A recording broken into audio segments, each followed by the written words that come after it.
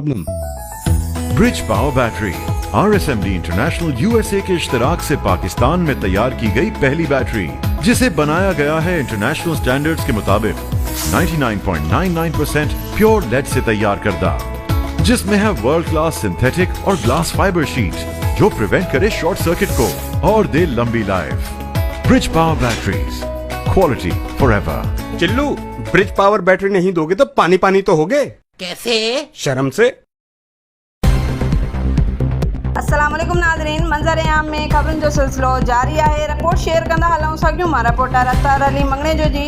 इमरान हुकूमत जी तॾावेड़ थियण वारी आहे। 27 फरवरी ते पाकिस्तान पीपल्स पार्टी जे चेयरमैन बिलावल भुट्टो ज़रदारी जी अॻुवाणीअ में आवाम जो सामंड कराची खां इस्लामाबाद रवानो थींदो। इमरान ख़ान हुकूमत जी ग़लत पॉलिसियुनि सबबि मुल्क में वधंदड़ महांगाई गरीब आवाम जो जीअण जंजाल करे छॾियो आहे। इमरान ख़ान हुकूमत मां आवाम बेज़ार थी चुको आहे। सॻियूं भरिसां समाजी अॻुवान निसार अहमद सियाल पारां ॾिनल आजियाणी तक़रीब में अॻूणे सूबाई वज़ीर PPMPA सरदार सोहेल अनवर ख़ान सियाल जूं ॻाल्हियूं।